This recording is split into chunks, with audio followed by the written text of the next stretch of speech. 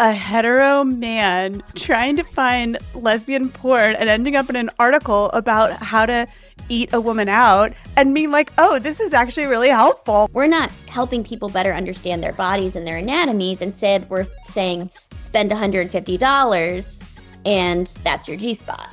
I want something that is like so weird as to be grotesque or as to be like almost flirting with grossness. Like, I want a scene that is like full of just like really real and vulgar and specific descriptions of body fluids. Sex is any meaningful act of pleasure. Like, I don't necessarily want something that's just like cut and dry vanilla. Like, I want my erotic with a side of like absolute freak.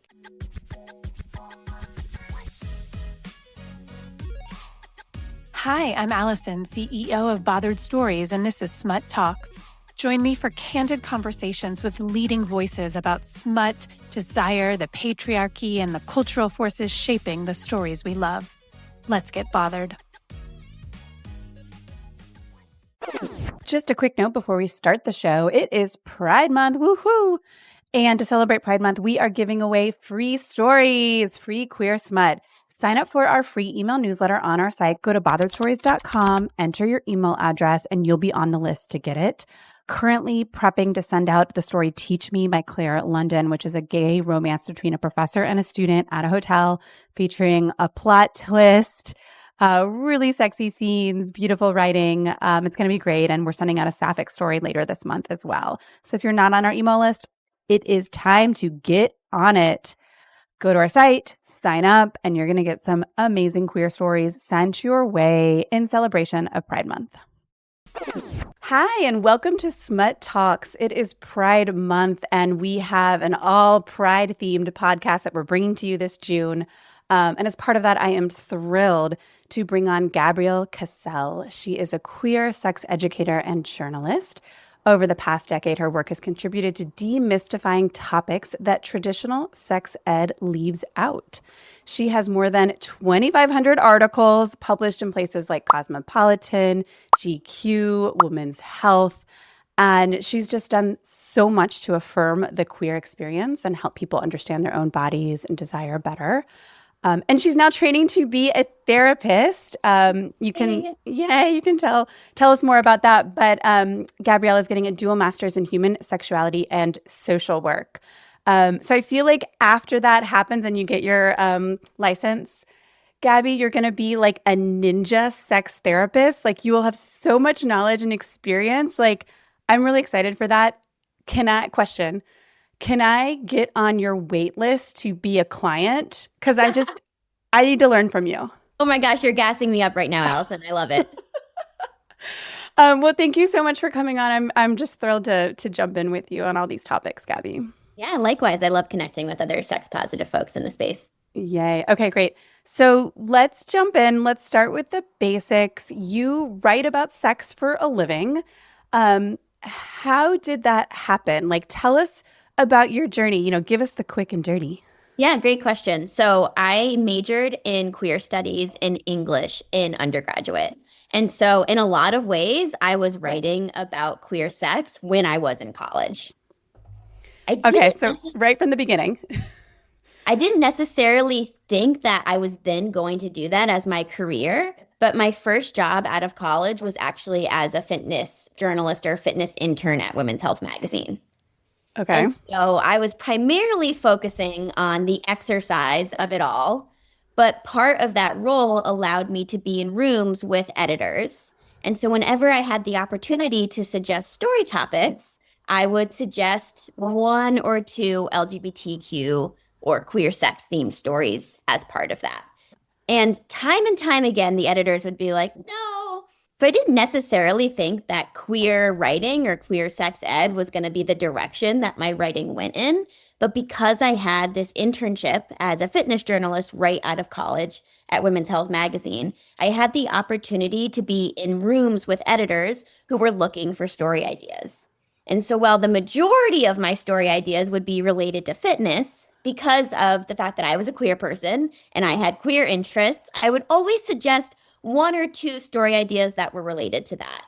So that might be a story idea like how to know if you're a lesbian, or how to go down on another girl, or how to kiss another girl, something like this. And time again, this was back in 2016, editors' general thought process was something along the lines of, well, only 10% of the population is LGBTQ.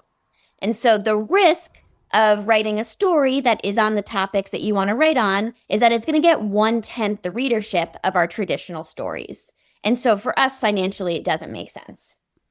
Now, this started to change in about, I want to say early 2027. And essentially what happened is Google changed how it was prioritizing what popped up when people Google searched questions or Google searched anything. And wait, you mean 2017?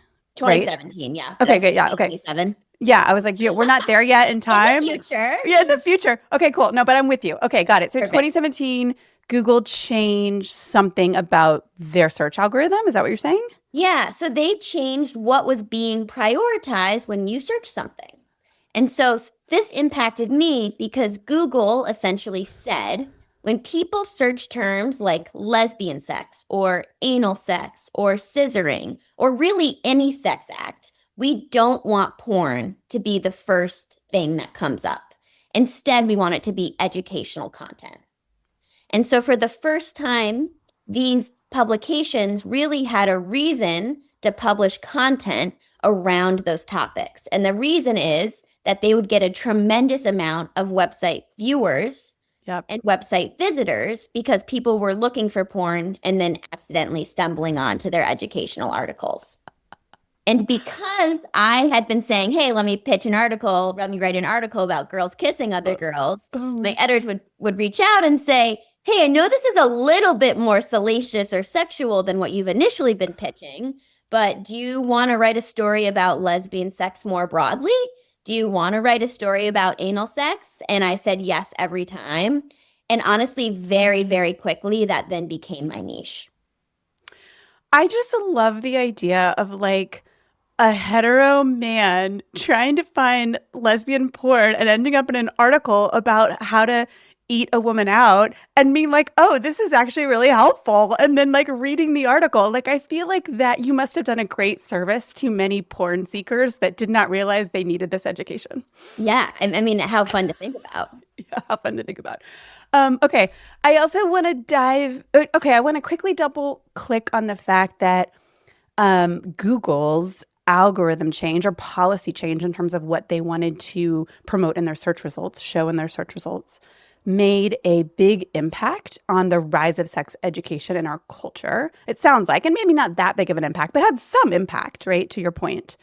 I think this is really interesting because of the effect that these kind of big tech companies can have on how much awareness and visibility these type of sexual content can get, because there's actually a reversal now recently in terms of sexual sexual content being more censored, these articles not being promoted as much. So can you talk about that a little bit as well, Gabby? Because I feel like we'd be remiss if we didn't take it there.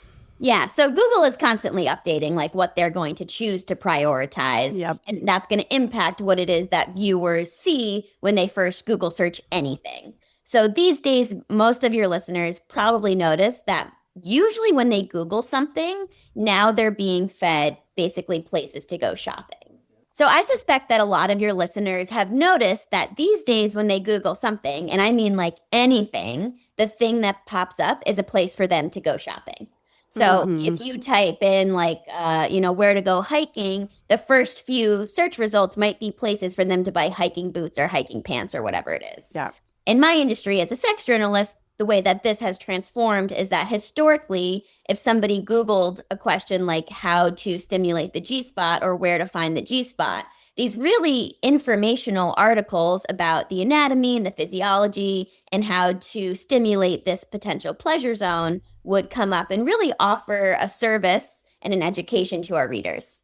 Now it is not those educational articles, the same ones that initially helped me get my foot in the door as a sex journalist, that are showing up. Instead, it is sex toy sites.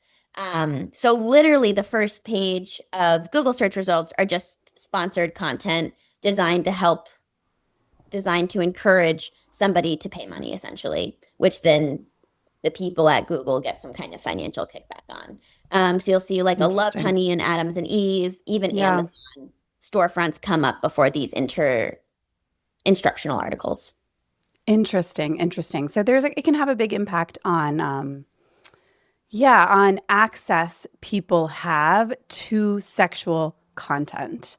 And I think as someone who publishes smut and tries to talk about it on social media, that's an area where we have to be really careful what we say because words like sex get censored. I was talking to somebody, actually interviewed someone on this podcast who has a show called Grape Culture.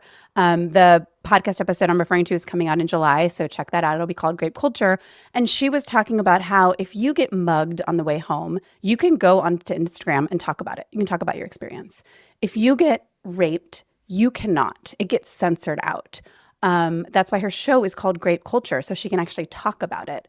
And so it's interesting because there's a lot of educational content that's actually really important that is getting censored by tech companies these days at a level that we weren't necessarily seeing 10 years ago. So it's like the tide can swing and it can really impact what gets published, what gets promoted, and what people have access to.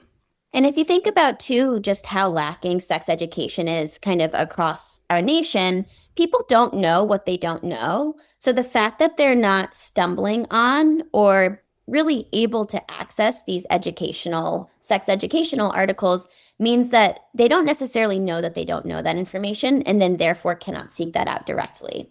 So when I think about, for example, like the G-spot vibrators that might be coming up before instructional articles about like what that pleasure zone is, whether or not it's a myth or real, etc., means that in a lot of ways you're putting the cart before the horse because we're not helping people better understand their bodies and their anatomies. Instead, we're saying spend $150 and that's your G-spot. Yeah. And there's a lot of downside to this.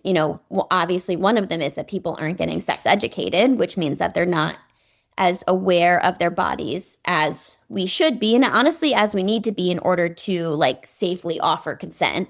But it also means that there's kind of this perpetuation of this idea that sexual wellness is something that you need to pour a ton of money into, or that like it's not something that you're going to have access to unless you buy X, Y, or Z product. And that's really concerning to me. Yeah, I can imagine. So let's go to sex education, sexual wellness. Like, let's jump into that because you've dedicated your career to that and continue to do that.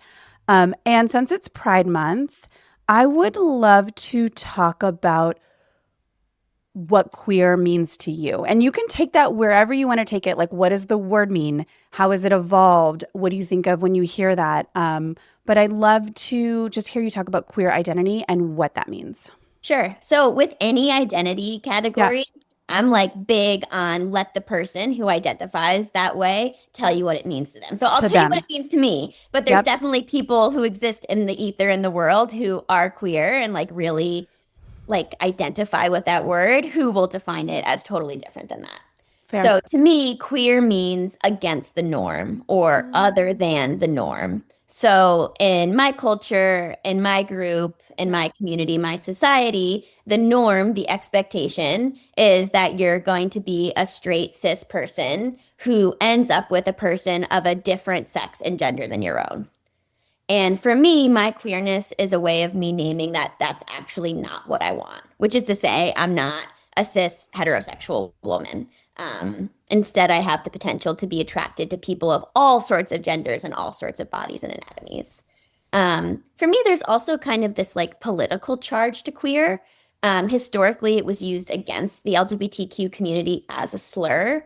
And so for me, in reclaiming queerness, and I think for a lot of LGBTQ people, it's a way to kind of feel empowered in my otherness and also name that I am committed to in my personal and my professional life to fighting for the rights of other queer and LGBTQ people. Like, it's really this way to hold myself accountable to continuously advocating for the rights of minority people. And that doesn't mean just like minority sexualities and genders, but also like across the identity spectrums.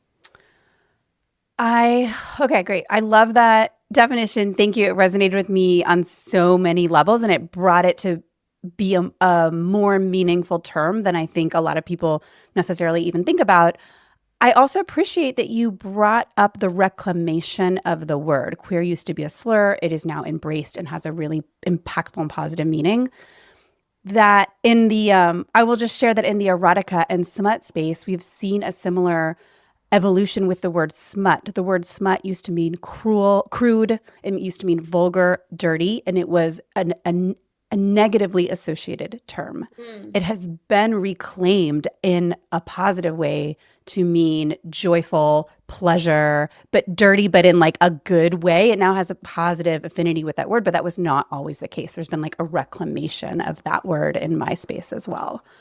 Okay, another question related to kind of the queer arena is sexuality and sexual orientation. I heard you kind of give your perspective on what sexuality means and how sexual orientation fits into that. And I found it really quite helpful as well. Could you share with our listeners how you look about that and how you look at that and how you think about that? Sure. So a lot of the work that I do outside of journalism is teaching workshops for people that are either about how to embrace their own sexuality or how to support a partner or other loved one who is exploring or coming into a different sexuality than maybe that they had earlier in their life. And so the way that I like to explain sexuality to folks is that it's this giant umbrella. And under the sexuality umbrella is all these little prongs that make up your sexuality. So one of those prongs is your sexual orientation, but under that prong is also your relationship orientation, your gender presentation, how many times you like to have sex, how you define sex, your sexual history, your sexual fantasies, what pleasure products you use, if you like smut, if you like video porn. It's all of the things that kind of make ourselves as a sexual pleasure-seeking or not person. Yeah. And so I think when we define sexuality in this like really expansive way, the idea of exploring your sexuality actually feels less scary because okay, well, even if I'm exploring this one prong, there's still all these other prongs that are likely going to remain the same or remain somewhat consistent. And so I think feeling like you're anchored in sameness, feeling like you have some part that's going to be stable allows you to explore some of the other areas. Yeah, totally. And I think the way a lot of us were raised in the sex education that we had was heterosexuality was presumed. And from there, you weren't really encouraged to explore. It was like, everyone's this one thing and that's it. Mm-hmm. And as I know a lot of the sex education you've done, Gabby, is, okay, well, there's like a lot more than that and a lot of ways to explore it. And I think, too, there was like, at least when I was growing up, this idea of exploring your sexuality was like it started and stopped with a girl kissing another girl in college. Like it wasn't this expansive thing that you got to have access to over your lifespan. It was this like college, like, blah, Yeah, totally. Or like, yes. And like all of the sex education I got was basically how to prevent STDs and let's scare the shit out of you about them and how to prevent pregnancy. There was no anatomically correct explanations of any parts of my body, and there was no mention of pleasure or sex as something that is enjoyable to do. And which is like the main way people enjoy sex. Oh, and also I should mention that sex was referred to as penetrative sex. Like I was not taught any other types of sex. And I think for me personally, like once I understood what queer sex can entail, and I actually started bringing queer sex activities to my hetero sex engagements, my sex got a lot better. And so there's just like so much learning you mentioned all these different prongs that exist within a person's sexuality. Like there's so many learnings and interconnectedness, I think, between them all. And so much more areas like for fun and discovery and creativity and curiosity. Yes, totally. Okay. I publish smut for a living. And I have heard through the grapevine that you also are a fan of romance as a genre and smut. So I feel like I can't have a podcast episode go by and not ask you about that just a little bit. Like we got to get into it like a little bit. And you know, what I want to get into too is sex education and smut and the potential overlap between them, because I personally see a lot of overlap, but I've never actually talked to a sex educator about this. And like, I think it's kind of fascinating. So tell me about, first, let's just start with the easy stuff. Like, tell me about your own reading or exploration of romance and smut, what you've liked, any faves. Let's just start there, and then we can take it a little deeper. I love reading. I really see it as being kind of like one of my main hobbies. Like I'm like really a consumer of written content. And I really like romance novels. I really like erotic novels, but I tend to be most drawn to like erotic storylines and elements, or romantic storylines and elements in the category of weird girl lit. So my dream like sex scene is not necessarily one that would be traditionally classified as sexy. I want something that is like so weird as to be grotesque, or as to be like almost flirting with grossness. Like I want a scene that is like full of just like really real and vulgar and specific descriptions of body fluids. Like I don't necessarily want something that's just like cut and dry vanilla. Like I want my erotic with a side of like absolute freak. So you want to read the weird stuff. Like weirder the better. I love that. Have you ever read any tentacle like smut? I have. Okay. I enjoy it. Like I'm like, cool, this is great. This exists. Not my favorite. Really? Okay, cool. It's just weird. That's why I asked. Because I like weird, but fantasy isn't necessarily one of the genres that I most gravitate towards. Okay, so you like weird, but like real life. Real life, yeah. Real life weird. Okay, cool. I love that. Okay, so I also love weird, just like weird, freaky stuff, by the way. So I'm into that as well. I like dark romance, what they call dark romance, which is like you'll get all sorts of like stuff that's very morally gray in real life, but when you read it on the page, you're like, oh my God, that's hot. Okay, so let's talk about reading erotica, reading smut, and having sex in real life. From you as a sex educator, like put on your sex educator hat, what can erotica or smut teach us that is helpful or useful for sex in real life? I'm going to backtrack a bit. Yeah. When we talk about video porn, the common analogy is that when you watch video porn, thinking that seeing video porn means that you then know how to have sex IRL is like watching a car race and then thinking that that means you know how to drive, or watching Grey's Anatomy and then thinking that means you know how to operate. And so, first of all, I love that analogy. Thank you. Go on. I actually feel quite similarly to written porn or written erotica or smut. And I think all of these things can have value in terms of our own sex lives. And I think the biggest value is it normalizes sex as a thing for us to spend intellectual, emotional, and mental energy on. And especially in the romance genre, like I mentioned, reading to me is a hobby. Like it's really something that people feel quite passionately about and just like really gravitate towards in a way somebody else might feel about hot girl walks or, pickleball, right? And so I think there's something really healthy and really good in normalizing about being like, yeah, my hobby is reading books that like include and like are really about sex. And I think once you can normalize sex really in any way, it makes communicating about sex easier. Now, one of the places that I feel like written porn or smut maybe has a different advantage to video variations is that there's so much language around the sex. And especially when we are in such puritanical culture and like really very limited sex education, I think that language is huge, because how can we communicate to ourselves and certainly to our lover or lovers, plural, what we like if we don't have the words for that? And smut literally gives us access to so many different words.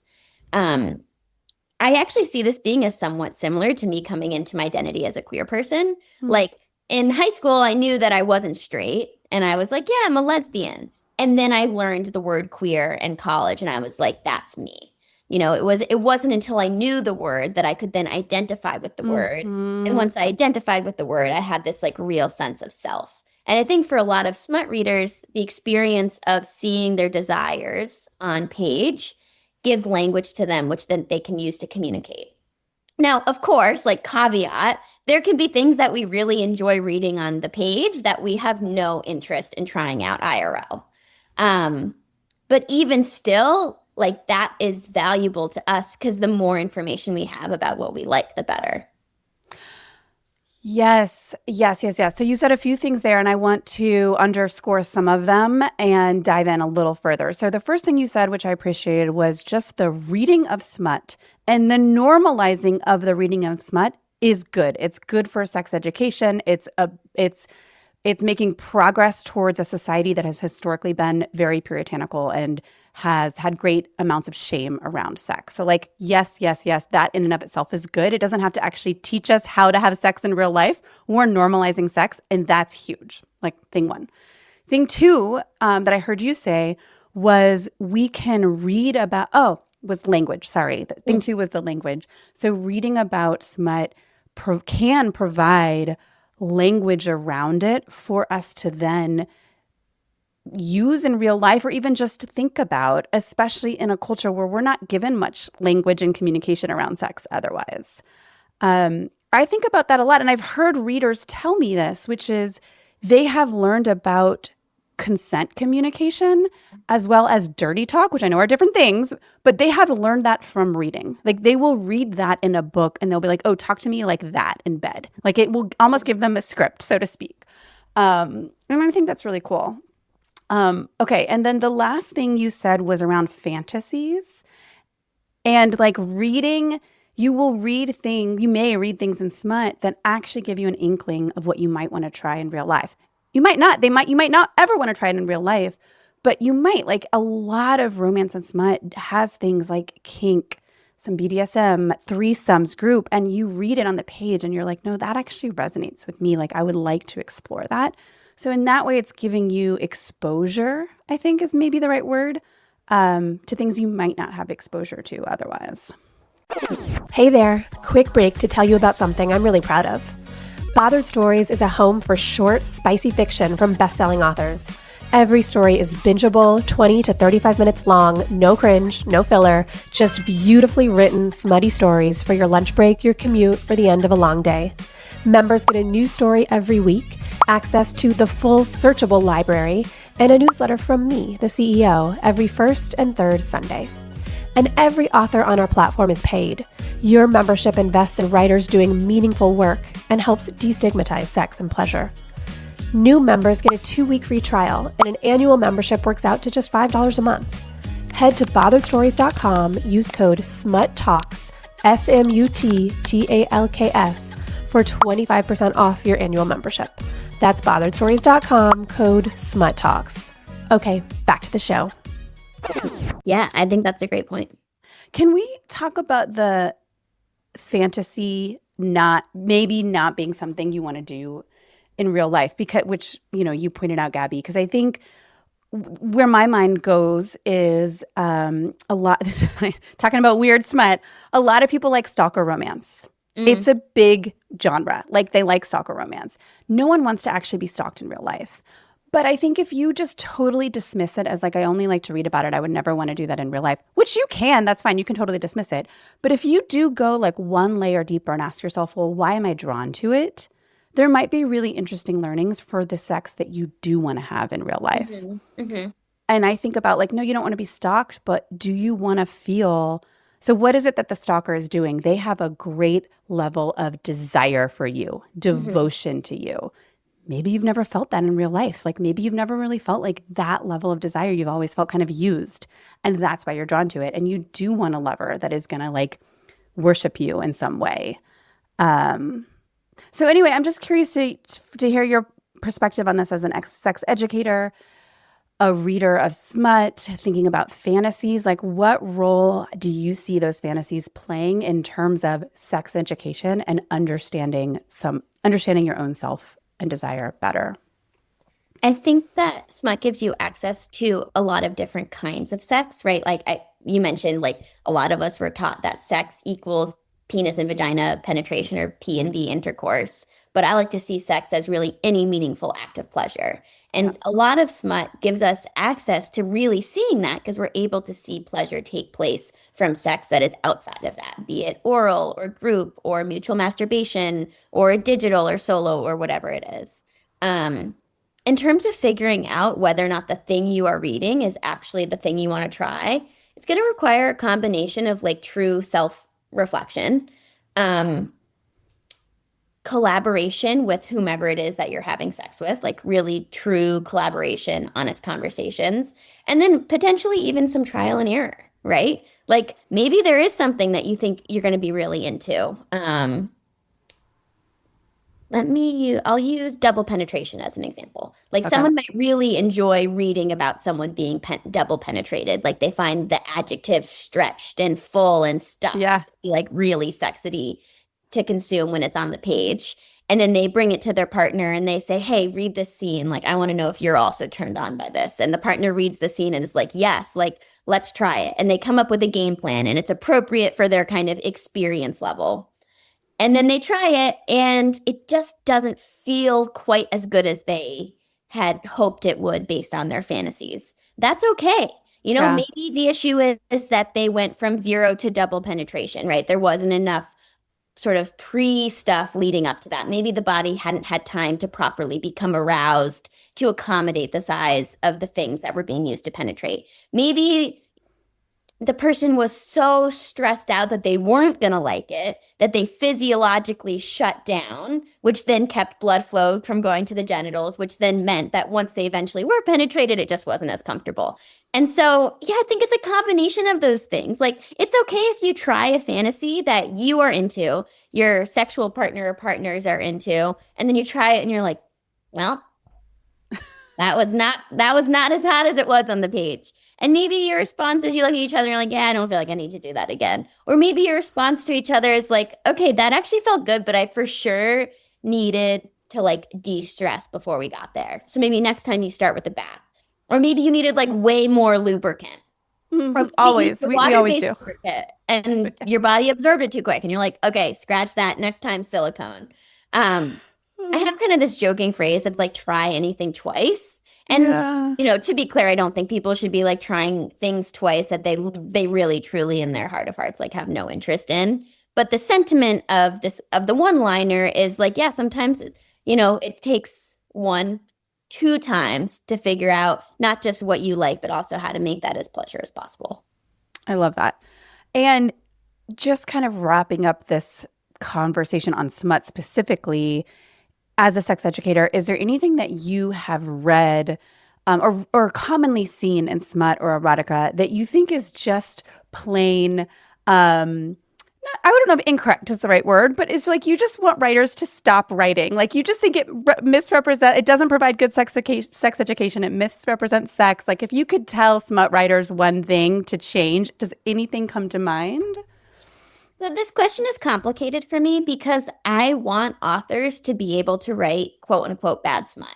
Like I don't want all smut to have to like be represent level where I would be like, this is education. Like I think that like destigmatizing smut as a category means like allowing smut to be bad in a similar way that I don't think that all LGBTQ media needs to be amazing. Like, I think we should be allowed to have just like a really bad lesbian romance. So, you know, on one hand, I'm kind of coming from that place where I'm like, it's allowed to be bad. Like, I do not want to be policing smut writers. You know, on the other hand, I really like when smut writers include barriers and or STI conversations as part of the pre-play. And I think there is tremendous amount of education that happens in those scenes in the absence of getting the dialogue and how to have those in our school systems. I also like when there is sex that's beyond just P and V, right? Yeah. sex that normalizes that. Some people with vulvas, for example, can orgasm or experience pleasure from penetration alone. And also there's all of these other erogenous zones. Like, give me a smut where people are sniffing armpits and licking armpits and giving a job. I'm like, let's get all the erogenous zones in here. It's not just the pussy. Okay, got it. So Gabby thinks we need more smut with armpit erotica. Okay, noted. We'll see if we get That would be that. a good t-shirt, Allison. Like armpit erotica. Yeah. Oh, I don't know how I feel about that. I'm gonna sleep on that one. We're gonna see.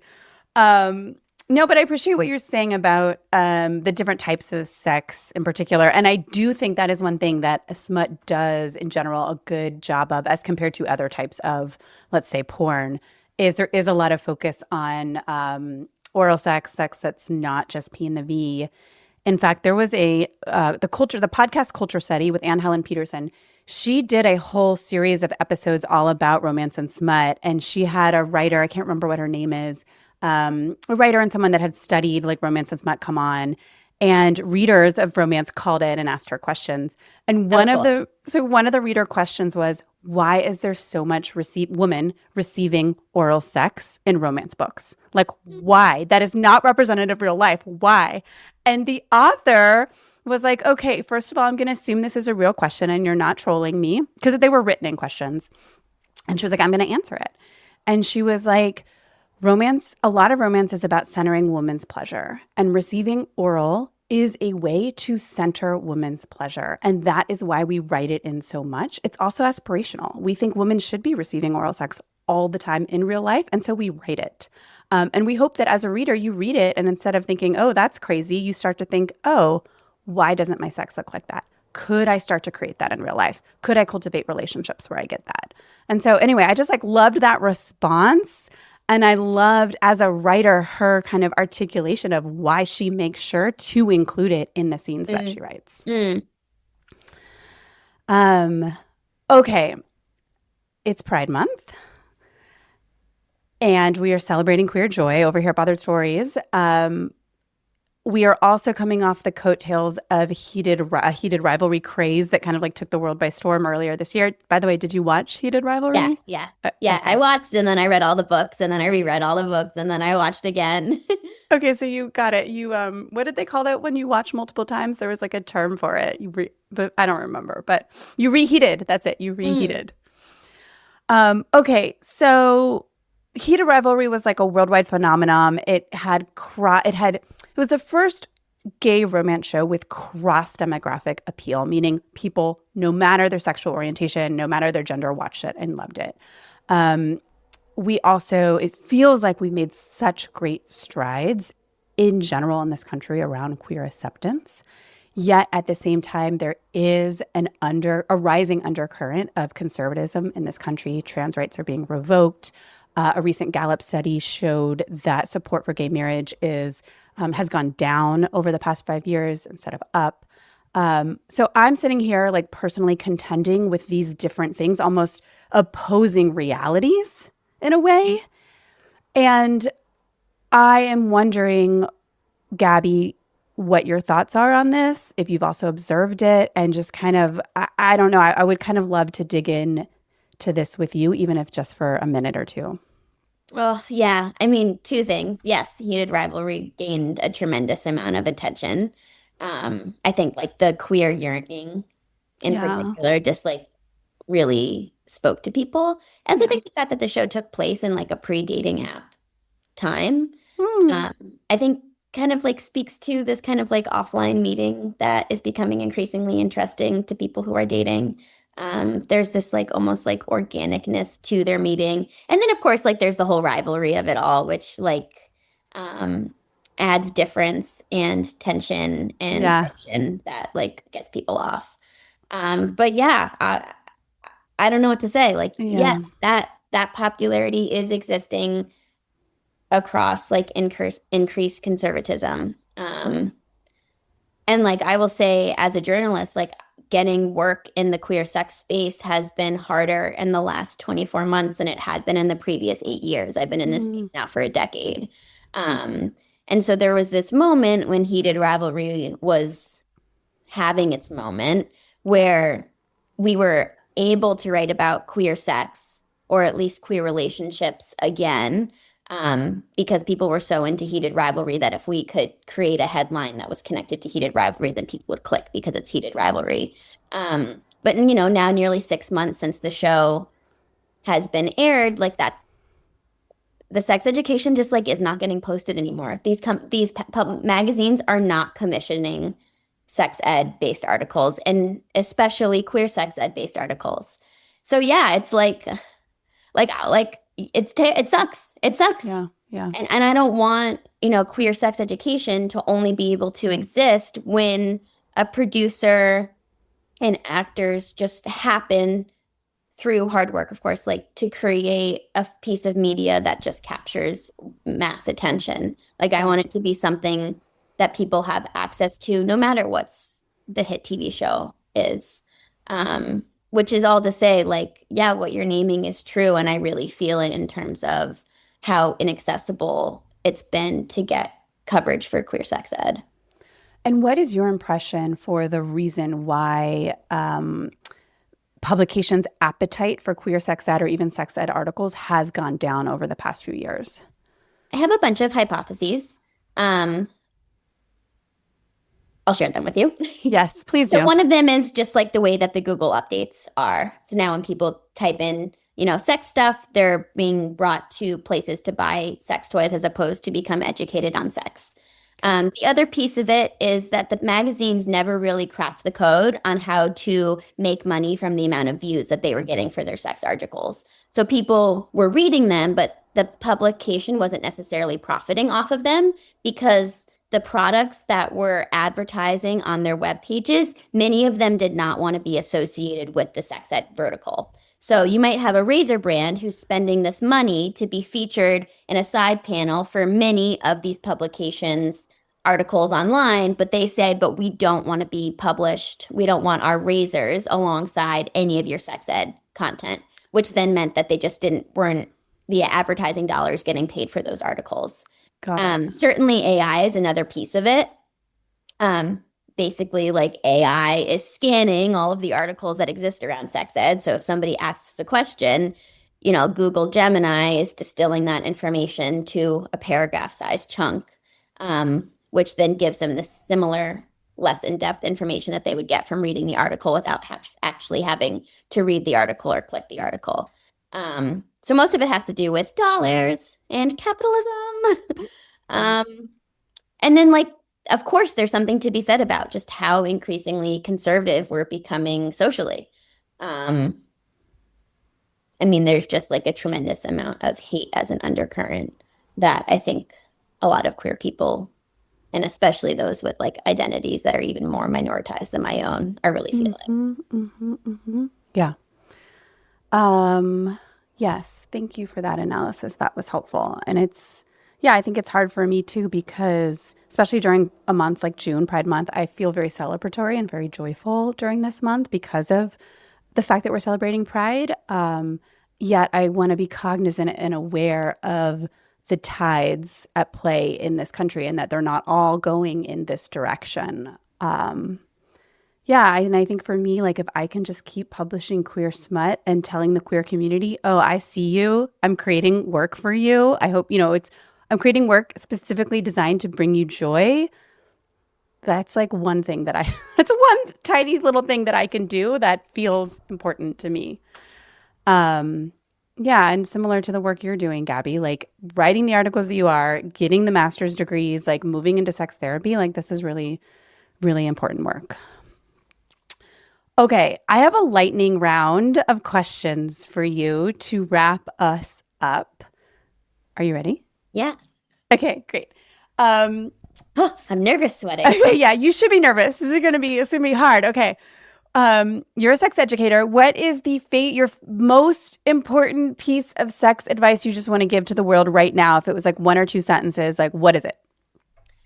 Rework the definition of sex in your brain to move away from sex equals P and V to understand that sex is any meaningful act of pleasure.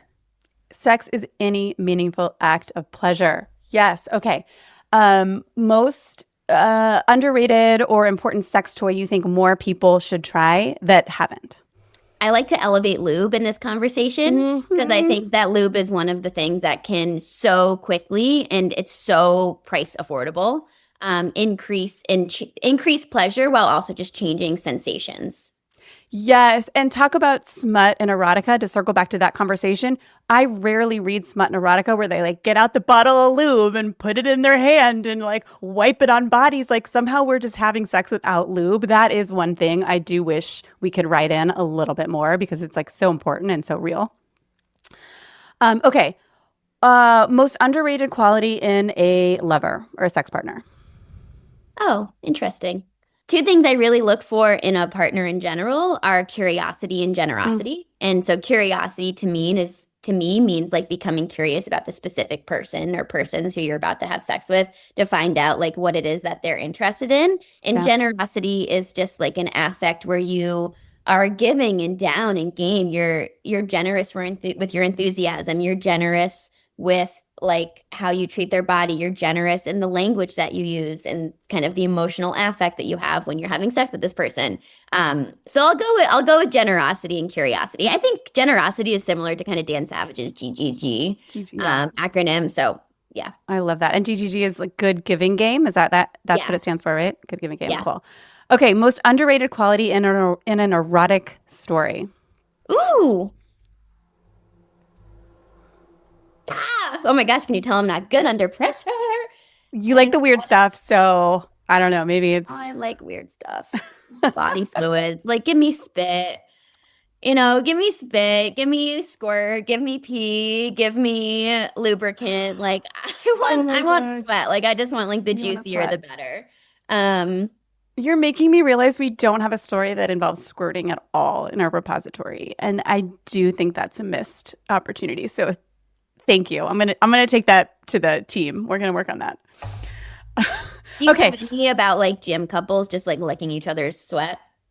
Do we definitely have sweat features in many stories. I don't know if we have like a full lick down.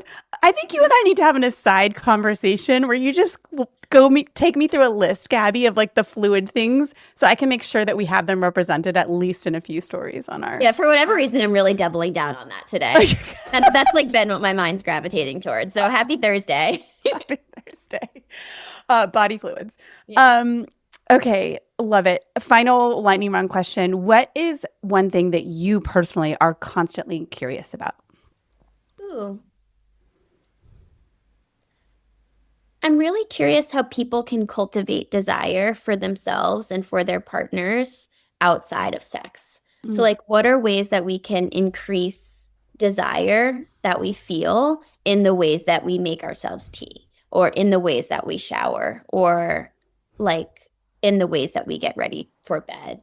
What does it look like to increase ease and increase sensuality in our day-to-day life so that desire feels more within reach and more possible? One of the things that I work with people on most commonly is like desire discrepancies. Basically, like one person wants it all the time and one person doesn't. And so I'm always thinking about like, what are the contexts of our day-to-day lives that make sex feel inaccessible to some people? And then figuring out how to kind of work around that. And especially like for queer folks and other people who are navigating minority stress, like how do you decrease that stress in like real tangible ways so that the big barrier just to sex, stress, becomes lower, and therefore sex becomes more possible and then can become a site of joy, and specifically queer joy. I love that. So increasing ease and sensuality such that desire can come. Yeah. I love that. I'm out here with my hammer knocking down all these barriers, all these walls to that.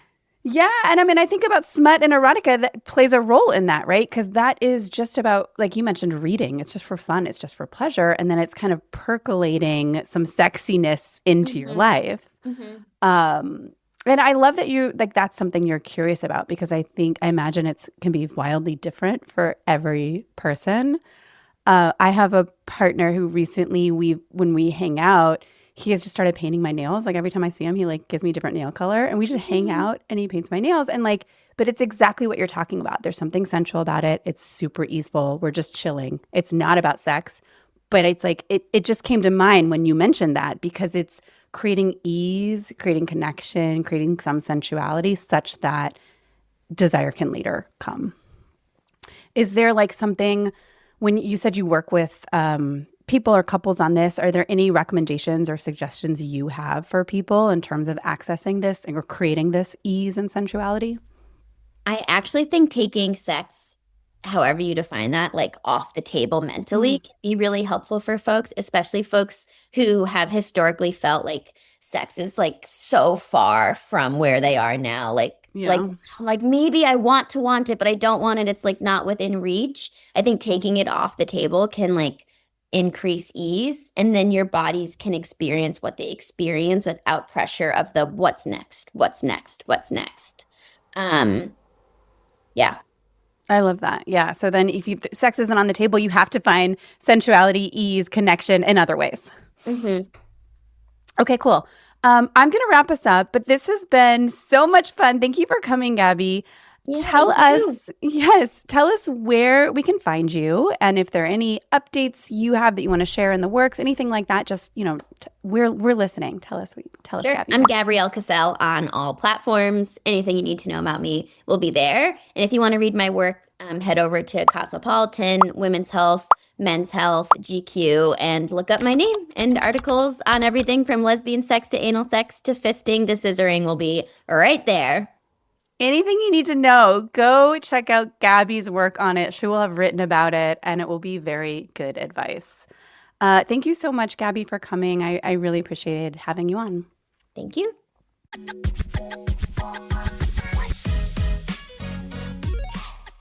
Thank you for listening to Bothered Stories Smut Talks. Make sure to follow or subscribe so you can keep tuning in as we drop new episodes. And if you liked this, go to botheredstories.com and sign up. We've got beautifully written, hot as hell stories waiting just for you. Thanks for getting bothered with us.